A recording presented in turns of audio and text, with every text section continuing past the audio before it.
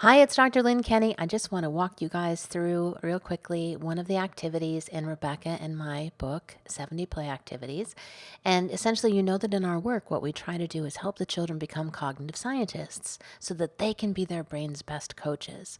So we chat with them about what executive functions are, we label them, we name them, and then we talk about how we apply them in real life. So in this activity, I'll give this 10. What we do is we help the children to manage what Wendy Young calls their big feelings so that they can kind of label a feeling, name it, identify it, feel it, and then work through it. So I'll give this 10 is that sort of cognitive strategy. So what we explain to the children is that how long you're going to really be in it, how long you're going to stay disappointed or angry or sad, is a powerful cognitive strategy. So when I'll give this 10, we actually make a conscious choice regarding how long we're going to feel this feeling. Are we going to feel it for 10 seconds, 10 minutes, 10 hours? Now, of course, this rule of 10 is a cognitive construct, right? You know, it could be 2 minutes or 27 minutes, but kids get 10.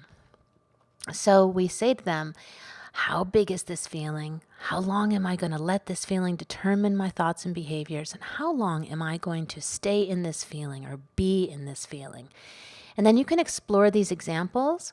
So one example is if you waited in line for an ice cream cone and when it was finally your turn, you learned that they were out of your favorite flavor, how would you feel? What would you think? What would you say?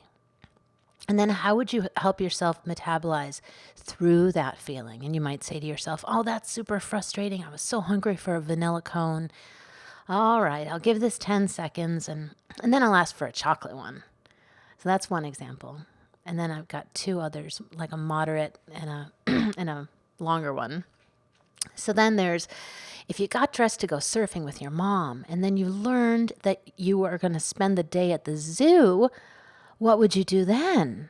And then you go through it again. What would you think? What would you say? What would you do?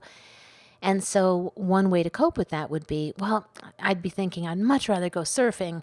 I'm going to feel really disappointed for 10 minutes, and then I'm going to start thinking about which animals I want to see at the zoo. And then the final example is if you got mad at your dad because he wouldn't let you go on a holiday with your best friend, you might say to yourself, oh my gosh, I'm so upset. I have a right to my feelings. In fact, I'm just going to stew in this feeling of frustration and disappointment for a really long time. In fact, I'm going to let myself feel it for 10 full hours.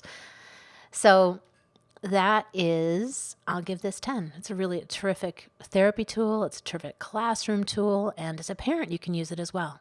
All right. Hope that's helpful. Talk to you guys again soon.